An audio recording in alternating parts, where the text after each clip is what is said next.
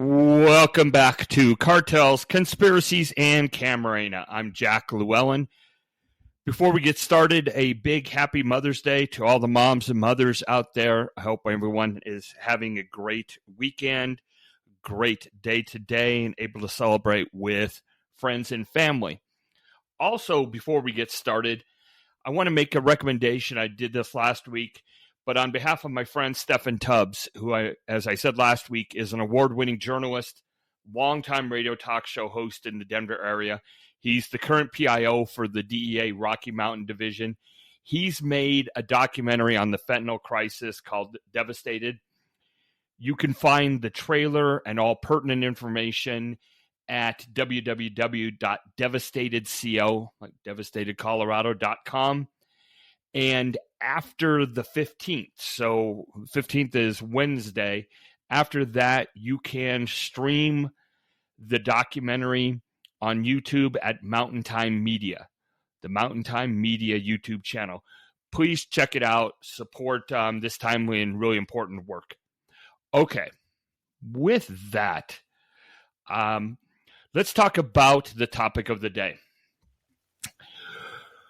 This week, the Drug Enforcement Administration came out with its annual National Drug Threat Assessment. This one, of course, for 2024. And it's about 57 pages, more or less. And I've read it, so you don't have to. But there's a lot of stuff in here that's very interesting and directly pertinent to what we talk about on this podcast. So we're going to look at a couple of different things. We're going to look at kind of the overarching themes of the drug threat assessment. We're going to look at some specific comments about CJNG and CDS in particular. And then we're going to look at some of the discussions about specific drugs and how things have changed over time with respect to those. The threat assessment, the NDTA, starts with a note from Administrator Milgram, and then it goes into an executive summary. The first two sentences of the executive summary are pretty darn powerful. It says, fentanyl is the deadliest drug threat the United States has ever faced, killing nearly 38,000 Americans in the first 6 months of 2023 alone. Fentanyl and other synthetic drugs, like methamphetamine, are responsible for nearly all of the fatal drug overdoses and poisonings in our country. So that's pretty amazing. The other thing that's interesting in the report and the executive summary, a couple of paragraphs down, the executive summary says the Sinaloa Cartel and CJNG, also known as the Jalisco Cartel, are the main criminal organizations in Mexico and the most dangerous. They control clandestine drug production sites and transportation routes inside Mexico and smuggling corridors into the United States, and maintain large network hubs in U.S. cities along the southwest border and other key locations across the United States. This is important because, for all intents and purposes, the NDTA doesn't mention really any other cartel. There's one exception, and we'll talk about that in a second. But by and large, it focuses complete and total attention on CJNG and CDS. One other thing as a preliminary note in the NDTA is an assessment that Mexican cartels are present in all 50 states in the United States. Every single state is said to have some cartel presence, and we can talk about how presence is defined, but some presence in every state. Just in case you're curious, the states with the greatest presence are pretty much the ones you would think of, with maybe an exception or two. So the states with the greatest presence of Mexican cartels: California, Arizona, Texas, Illinois, Florida, New York, and Massachusetts. Okay. Then you have a second tier that's pretty close to that, which includes Colorado, New Mexico, Georgia, North Carolina. And so those are kind of the places where cartel presence is the most significant, according to the DEA. Again, the big states: California, Arizona, Texas, Florida, Illinois, New York. The states with the least amount of presence include Wyoming, North Dakota, Vermont, New Hampshire, West Virginia, and Mississippi, and I think Rhode Island, but the map gets really small at Rhode Island. So the ones we know for sure: Mississippi, West Virginia, North Dakota, Wyoming, Vermont, and New Hampshire. But the real takeaway, I think, is the idea that the cartels are present in every state. As I said, the threat assessment spends a lot of time talking about the Sinaloa and Jalisco cartels, and we're going to walk through some of this. And I'm going to go into detail in certain places, less in others, but to try to give you an idea of what the DEA is saying, and also to highlight a couple of statements that I find very interesting and very curious. While I say that, I fully recognize that, my knowledge of the situation in Mexico with CDS and CJNG does not compare to the DEA. So I'm not questioning that. I'm not saying that I've got better knowledge, but I do think there are interesting tidbits here that we can talk about. So the overview with respect to the Sinaloa cartel says the Sinaloa cartel is one of Mexico's oldest criminal organizations and one of the most violent and prolific polydrug trafficking cartels in the world. They direct the smuggling of fentanyl and other illicit drugs into the United States every day, from smaller packages carried by human mules to thousands of pounds commingled with legitimate trade goods carried by tractor trailers.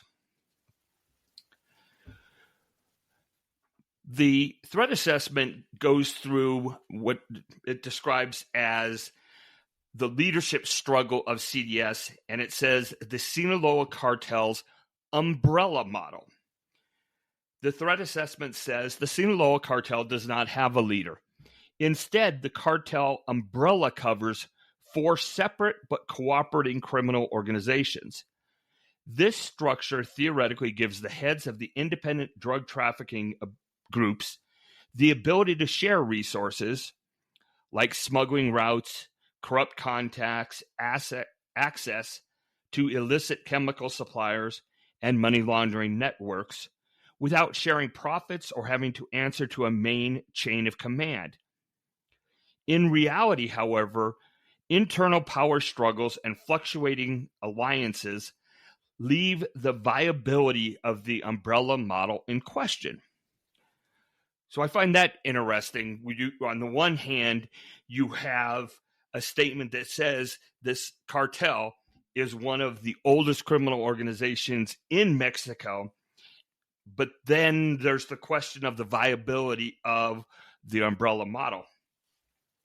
Here's what else is interesting. The 4 cooperating criminal organizations, as termed by the DEA, are these. 1, Los Chapitos, as we know.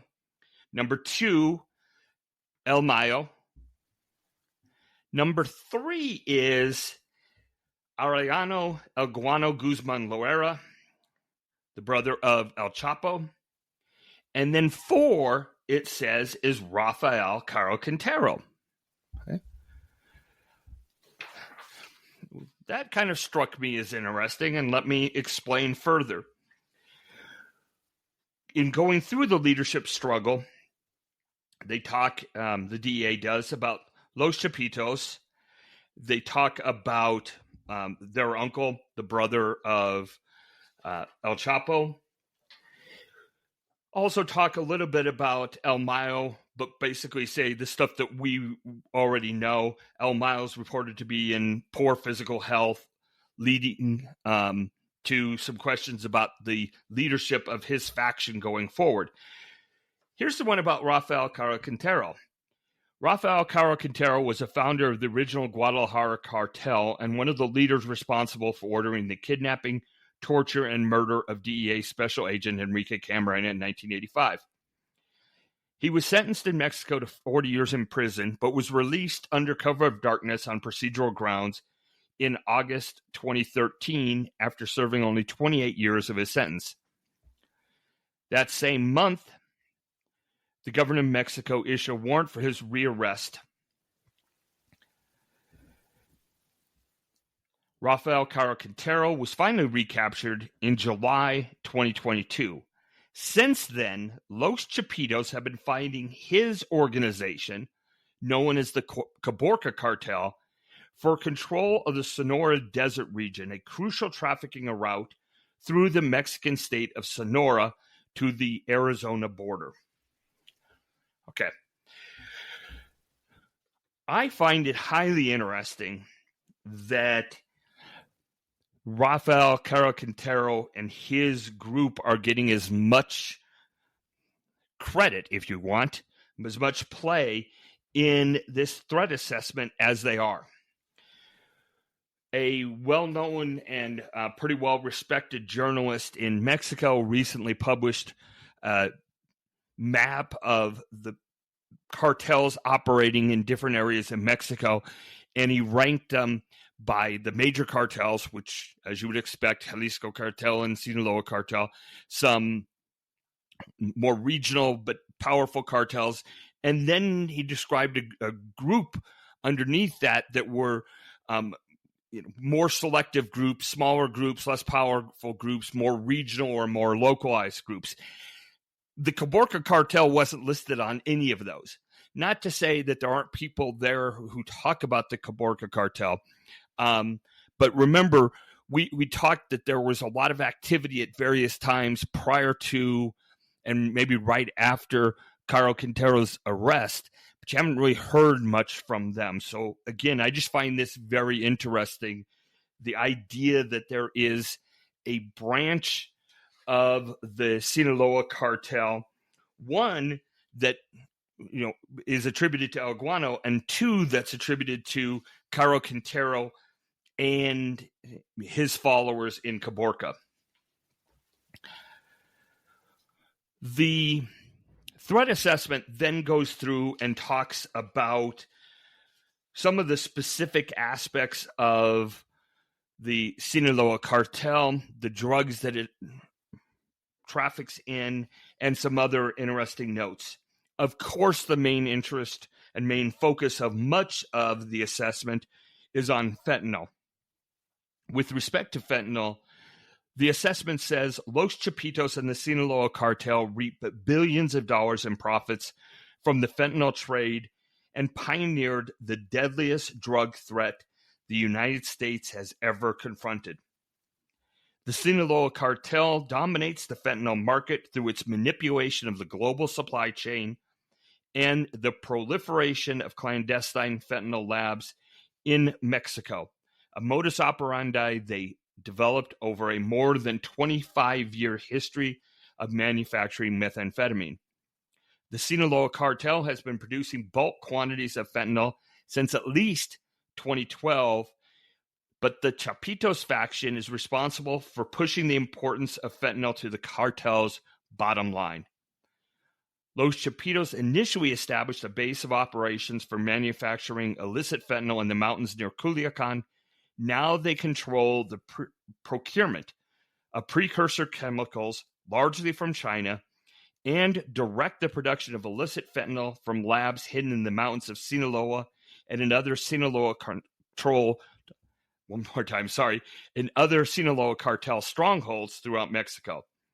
The Sinaloa cartel controlled laboratories are responsible for introducing fentanyl in fake trademark pills to the United States market, while also churning out thousands of pounds of powder fentanyl every year. The assessment also talks about the fact that the Sinaloa cartel is directly contributing to the steep increase in methamphetamine-related poisoning deaths in the United States, which ranks second only to deaths caused by fentanyl. They also talk a little bit about the precursor ingredients, precursor chemicals required for synthetic drugs, including fentanyl. Some other drugs kind of have gotten less attention in the wake of the synthetic drugs, but the threat assessment notes that despite collecting billions of dollars in the illicit synthetic drug trade, the Sinaloa cartel has never stopped trafficking cocaine, heroin, and marijuana, nor stopped capitalizing on opportunistic drug trends. We'll talk about that in a little bit. We talked a while back on one of our episodes about the control the Sinaloa cartel has on maritime ports. That comment or that theme gets picked up in the threat assessment. And it says precursor chemicals have to get into Mexico before they can be used to make fentanyl and methamphetamine, and South American cocaine must arrive in Mexico before the cartels can traffic it across the border into the United States. Seaports, therefore, are a critical part of the Sinaloa cartel's criminal infrastructure. The port of Mazatlan on the Pacific coast of Sinaloa is wholly controlled by the Sinaloa cartel, and they charge other drug trafficking organization a piso or a fee for use of the port. The Sinaloa cartel maintains logistical and corrupt government contacts at other maritime ports on both coasts of Mexico. The threat assessment does note the port of Manzanillo, which is located just south of the Jalisco Cartel's stronghold, which increases tension between the two cartels over that port. Finally, the assessment notes numerous complicit trucking companies work with the Sinaloa cartel to transport illicit drugs and precursor chemicals from the ports to Mexico City and other inland locations. Of course, there's other activities that the Sinaloa cartel is involved in, some of which, again, we have talked about on this podcast. A defining characteristic of all organized crime groups is involvement in any illegal venture that results in profit, drug trafficking being among the most lucrative. The Sinaloa cartel is most closely identified with drug trafficking, but are also engaged in extortion, the theft of petroleum and ores, weapons trafficking, migrant smuggling, and prostitution. In addition, the criminal links between the Sinaloa cartel and China-based chemical suppliers provide the networks for the trafficking of poached wildlife from Mexico into China. Members of the Sinaloa cartel conspire with Chinese organized crime groups in Sonora, Mexico, to traffic totoaba, an endangered fish prized in Asia, for its gas-filled sac or swim bladder. That fish is caught only in Mexico, and its swim bladder nets tens of thousands of dollars on China's black market. The threat assessment also makes a reference to the corruption. In Mexico, the Sinaloa cartel is able to operate freely in some ports and some parts of Mexico because they have a network of corrupt law enforcement, military, and political contacts. And then the assessment notes the conviction of Genaro Garcia Luna, former Secretary of Public Security in Mexico, who was convicted in the Eastern District of New York, as we've talked about. And it notes that Garcia Luna is the highest-ranking Mexican official to be convicted of drug trafficking crimes in the United States. Finally, the threat assessment notes the global expansion of the Sinaloa cartel and says that the cartel operates in at least 47 countries around the world, and specifically notes that the cartel supplies methamphetamine to Asian countries like Thailand and to countries like Australia and New Zealand, where the cost of methamphetamine and therefore the profit back to the cartel is many times higher than in the United States. After going through this analysis on the Sinaloa cartel, the threat assessment does essentially the same thing with respect to the Jalisco cartel, which it notes is one of Mexico's most powerful and ruthless criminal organizations and another key driver of fatal drug poisonings in the United States. Since its formation around 2011 out of the remnants of the Sinaloa cartel-affiliated Milenio cartel, the Jalisco cartel has become wholly independent and now operates well beyond Mexico's borders, with a presence in dozens of countries around the world and all 50 U.S. states. The Jalisco cartel uses its vast financial resources, violence, bribery of corrupt officials, and franchise-based command structure to maintain and expand its dominance in Mexico's illicit drug trade. Key members of the Jalisco cartel are linked to bloody ties or marriage to the Gonzales, Valencia MLO, also known as Los Sunnis, many of whose members and companies are under U.S. sanction. Like the Sinaloa cartel, the Jalisco cartel reaped billions of dollars of profits from the manufacture of methamphetamine and fentanyl, and are one of the main suppliers of cocaine to the U.S. market. In contrast to what the DEA termed the umbrella leadership model of the Sinaloa cartel, the Jalisco cartel uses, according to the DEA, a franchise model. It says the cartel is overseen by El Mencho and a small group of top-tier commanders who report directly to him. A second tier of regional and plaza bosses operate under the top-tier leaders. The franchise model permits each semi-independent group to customize its operations according to specific areas of expertise or market demands, provided they comply with naming, branding, and operational and organizational structure requirements and follow the general direction handed down by cartel leadership.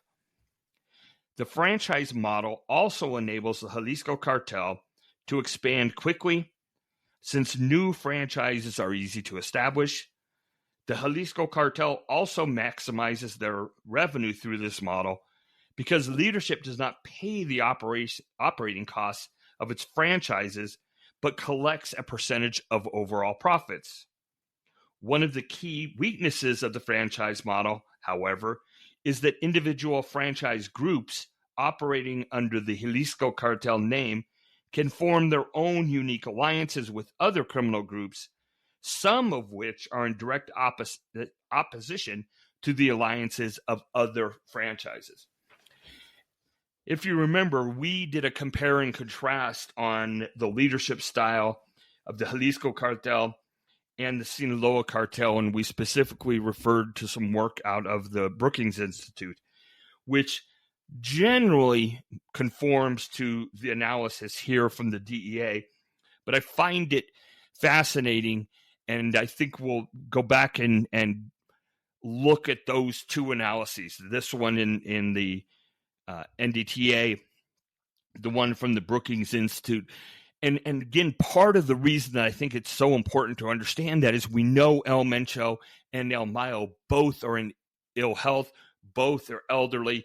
We could see a major transition in those cartels, at least in the leadership of the cartels. And I think understanding how they operate gives us a better sense of what might happen. And then if you're thinking of policy, anticipating what could happen then informs your policy and maybe your views on things. The threat assessment goes through the same drugs, basically, and the same analysis that it did for the Sinaloa cartel. With respect to fentanyl, it says that the Jalisco cartel has become one of the largest producers and traffickers of illicit fentanyl in both powder and pill form. Although the Jalisco cartel cannot match the Sinaloa cartel's fentanyl production capacity, they have flooded American streets with fentanyl, often mixed with other drugs like heroin, cocaine, and xylazine, which we'll talk about in a minute. With respect to methamphetamine, the threat assessment says a straight line can be drawn between the cheap and deadly methamphetamine fueling addiction, violence, and crime in American communities, and the Jalisco cartel's involvement in methamphetamine production, particularly their investment in super labs. Every year, the Jalisco cartel brings methamphetamine into the United States by the ton, but the cartel's methamphetamine market does not stop at the U.S. border. Jalisco cartel-linked methamphetamine seizures have been reported in countries around the globe, including Japan and Australia, two of the most expensive and profitable methamphetamine markets in the world. With respect to other drugs, the threat assessment notes that the Jalisco cartel, is a main supplier of cocaine to U.S. markets, especially on the East Coast, and they also traffic ton quantities of heroin and marijuana into the U.S.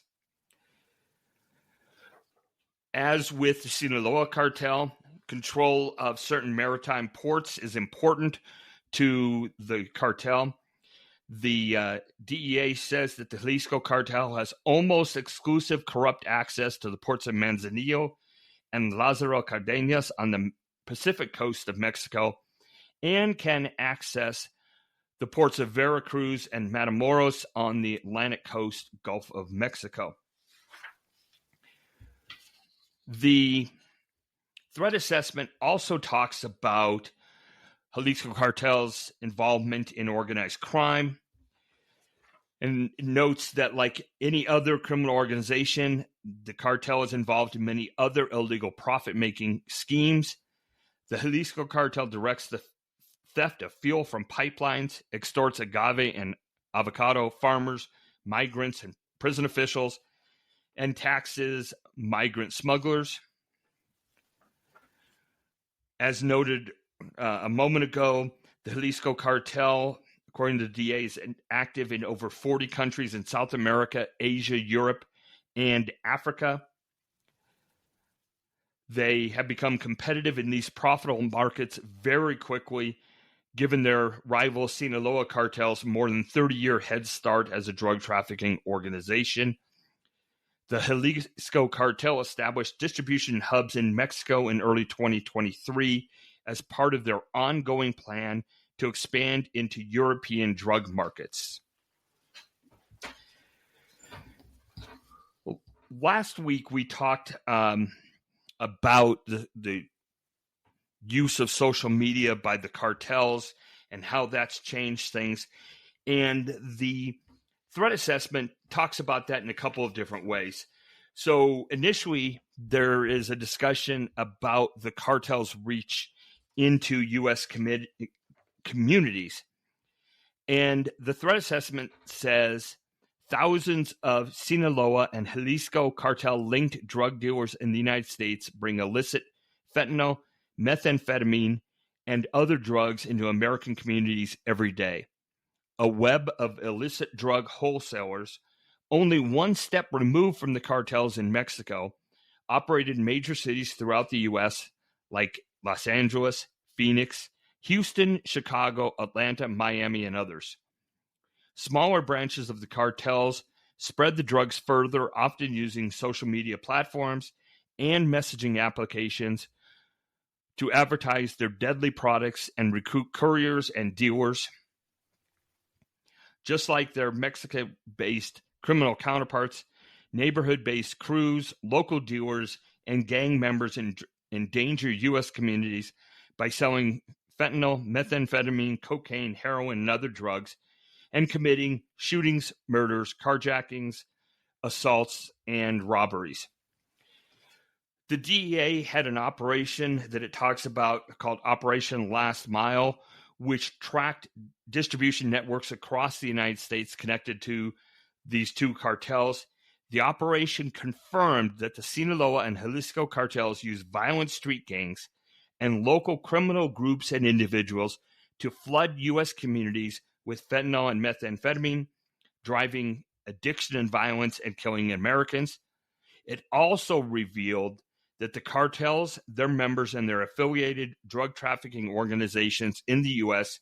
use social media platforms like Facebook, Instagram, TikTok, and Snapchat, and encrypted messaging applications such as WhatsApp, Telegram, Signal, Wire, and Wicker to coordinate logistics and communicate with victims. Operation Last Mile comprised 1,436 investigations in collaboration with federal, state, and local law enforcement partners, resulting in 3,337 arrests.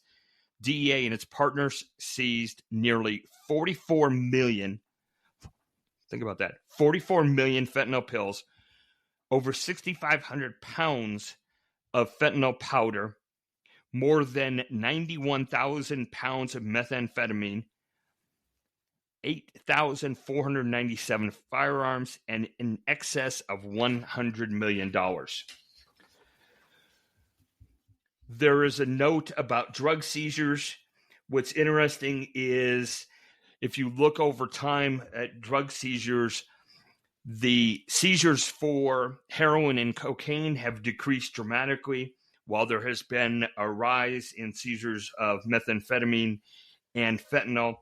We'll talk about that in just a second.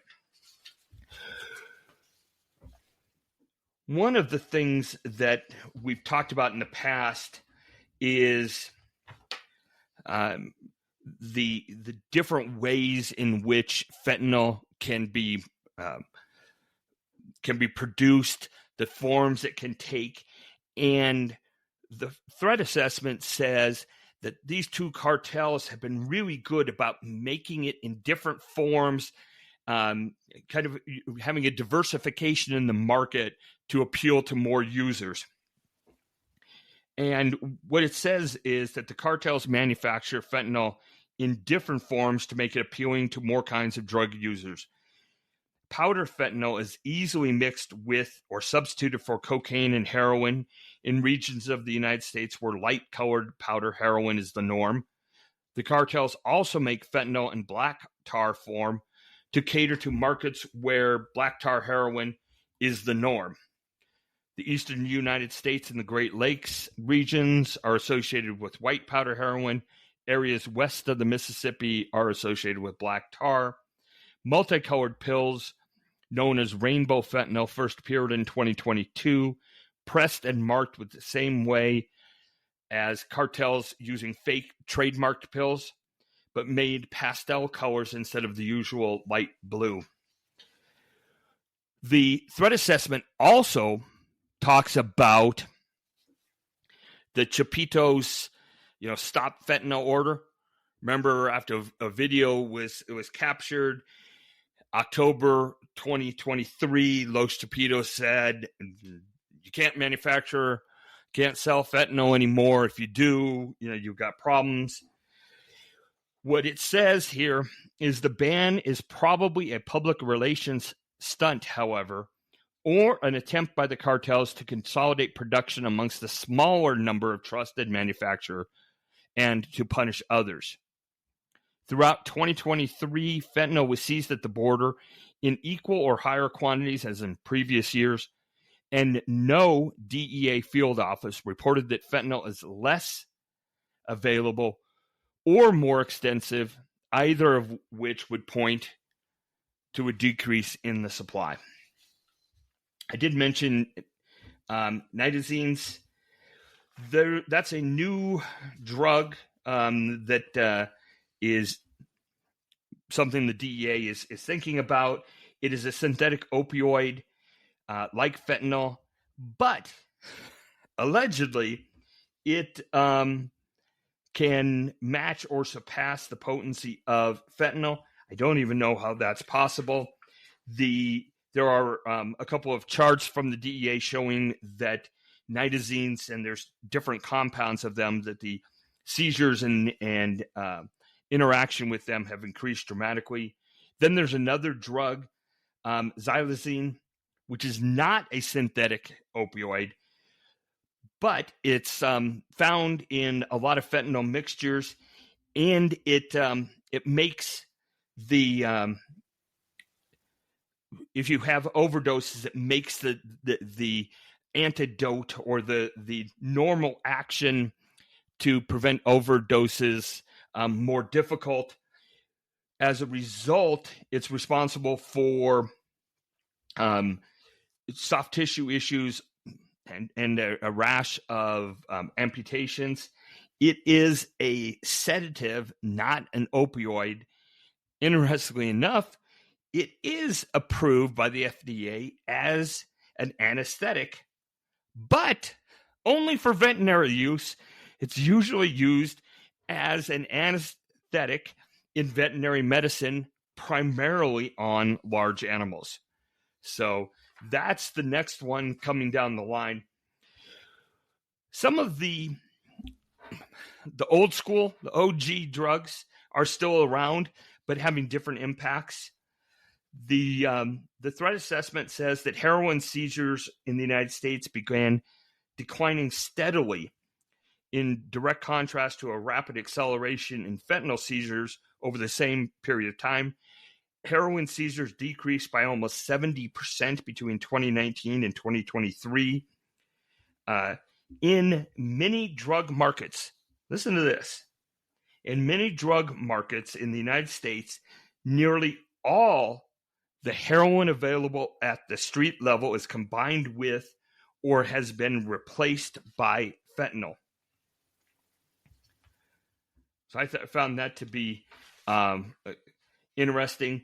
With respect to methamphetamine, one of the things that the threat assessment notes is the fact that smuggling methamphetamine in solution makes it much, much easier to conceal, harder to find.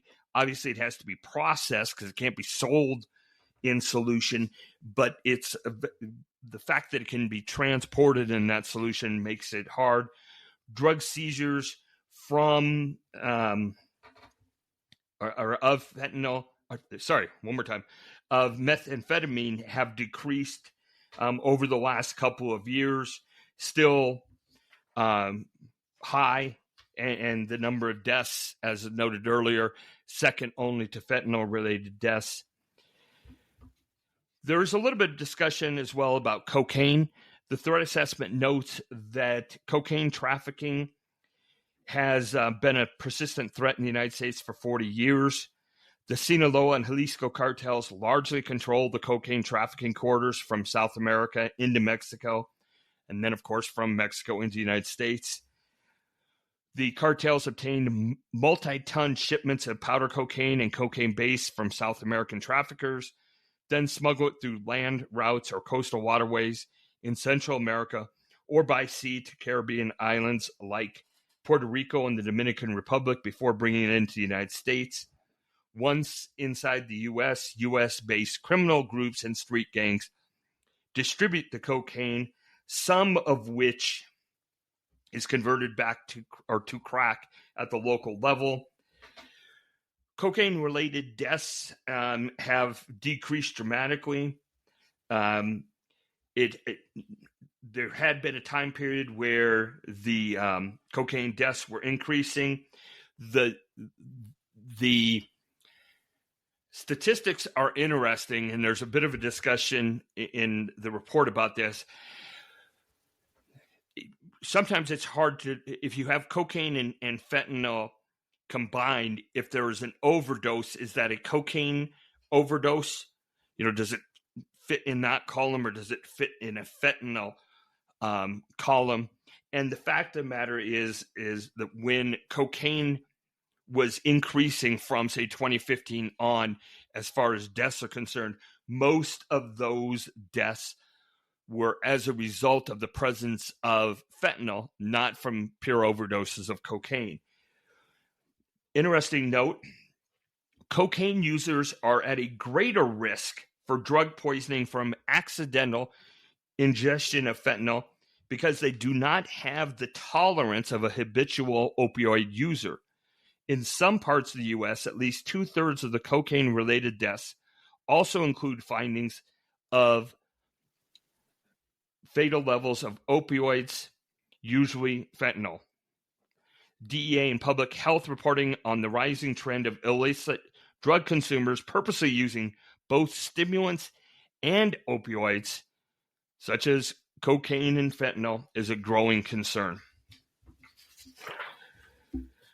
Marijuana, there's been a lot of discussion, some interesting articles in the last few weeks about the extent to which the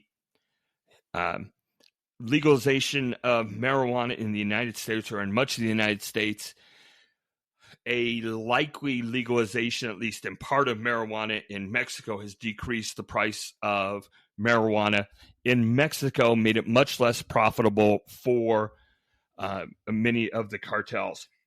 The threat assessment talks about the impact of marijuana in the United States currently and says, though marijuana remains illegal at the federal level, it has been either legalized or decriminalized for recreational use in 24 states and the District of Columbia, for medical use in 38 states, including the District of Columbia. And as of January 2024, Delaware, Minnesota, and Ohio are the most recent states to legalize marijuana for recreational use.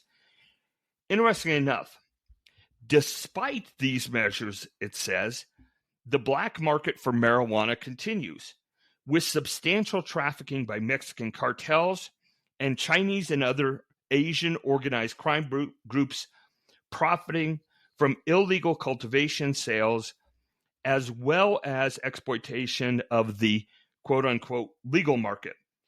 The price of marijuana in illegal U.S. markets has remained largely stable for years, even as the potency of marijuana has increased exponentially.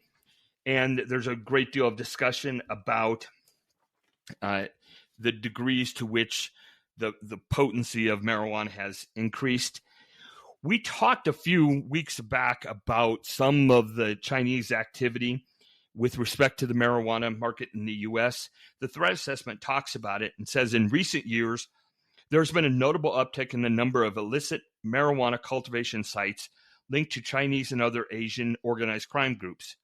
Asian investors have emerged as a new source of funding for illegal marijuana production in the United States, and site owners eager to protect and oversee their investments have been encountered at illegal grows seized in Oklahoma, California, Oregon, and Maine.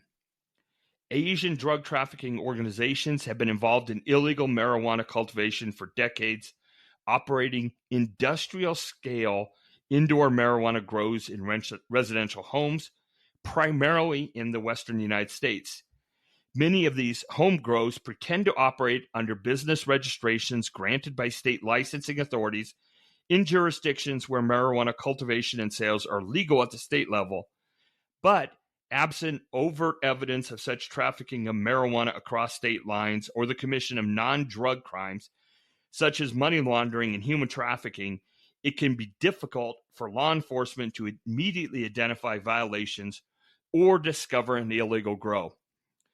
Across jurisdictions with a state-level legal framework for cultivation and sales, Asian drug trafficking organizations defy restrictions on plant quantities, production quotas, and non-licensed sales, and hide behind state-by-state variations in laws governing plant counts, registration requirements, and accountability practices.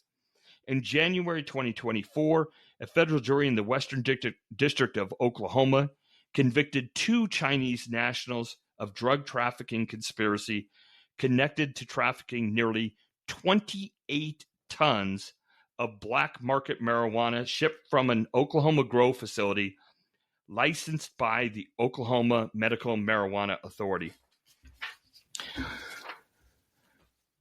There's also some note in the drug assessment about other drugs, controlled prescription drugs, as they're called. That controlled prescription drugs account for the fourth leading cause of fatal drug poisonings in the United States.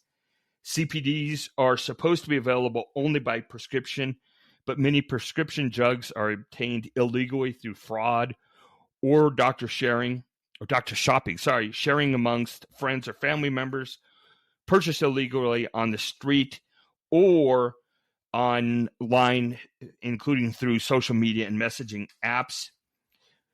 They also talk about prescription fraud. DEA investigators observed an increase in fraudulent electronic prescriptions between 2021 and 2023. The further expansion of online telehealth services and e-script portals during the COVID-19 pandemic presented increased opportunities for e-script abuse by patients or staff and through identity theft. And then there's what they call new psychotropic and psychoactive substances, many of which are unregulated. And the DEA says they are a diverse group of synthetic substances designed to have effects similar to controlled substances. Users seek drugs in this category to attain a high equivalent to an illegal drug, or because they believe they can self-treat a physical or mental illness. Drug traffickers seek these drugs to skirt the law and diversify their profits. And then, of course, there's a discussion about illicit financing, most of which goes back to, or a lot of which goes back to China and things that we have discussed in the past. But the DEA says in the threat assessment, the Jalisco cartels and other global criminal networks generate billions of dollars in profits from the sale of illicit drugs. Drug traffickers use fraud and deception to circulate the money through the U.S. and global financial systems to enrich themselves and to continue funding their illegal drug trafficking operations. In 2022, DEA investigations led to seizures of hundreds of millions of dollars in assets that went through U.S. asset forfeiture proceedings. Most drug trafficking organizations outsource the cleaning of illegal drug profits to criminal money launderers and brokers who can provide quick, upfront payouts to the traffickers while taking on themselves the tedious process of infiltrating illicit cash into financial institutions from within the United States. These money launderers usually do not work for one specific cartel. Rather, they accept money laundering contracts from multiple criminal organizations, not all of them drug traffickers, and use laundering networks that can span several counties and countries. The methods in which illicit proceeds are laundered include Chinese underground banking systems, as we've talked about, trade-based money laundering, in which consumer goods are purchased in one country for the equivalent cash value of the money to be laundered and then resold. You got mirror transfers, which is an informal system in which a broker in one country makes an upfront payment to the criminal organization and receives the equivalent amount from another criminal broker. Cryptocurrency exchanges, and then simple bulk cash smuggling. As we've talked about in the past, cryptocurrencies are highly advantageous because they can be used to transfer value across international borders without relying on banks. And because these transfers leave no paper trail beyond the blockchain, which is encrypted, they're very, very hard to detect. Cash seizures, bulk cash seizures on the bulk cash seizures in counties within 150 miles of the United States and Mexico border in 2023. Arizona bulk cash seizures 2023, $6.1 million. In California, $5.9 million. Texas, $4.3 million. New Mexico, $1.6 million. So that, folks, is the basics of the threat assessment from the DEA. The key takeaways for me, again, are the description of the structure of the Sinaloa and Jalisco cartels, the virtual single-minded focus on these two cartels, and no obvious discussion about the impact of other cartels, though I'm sure that that's going on within DEA. And then the note of the differing and continually evolving drug trade itself. You know, you had heroin and cocaine and marijuana, and then, you know, now it's moved into fentanyl and methamphetamines, and then there's going to be the next product, and the challenges that that's always going to make for law enforcement in Mexico, in the United States, and around the U.S., around the world. Sorry. And as I say, I'm going to go back and talk about the management style of the cartels in a later episode, because I think it's interesting, and I want to dig into some of the comments, especially with respect to the Caborca cartel, a little bit more. All right. That, my friends, is Cartels, Conspiracies, and Camarena for this week. Again, to everybody, happy Mother's Day. Remember Stephen Tubbs' documentary. Have a wonderful day and a wonderful week, and we'll see you next week on Cartels, Conspiracies, and Camarena. Thank you.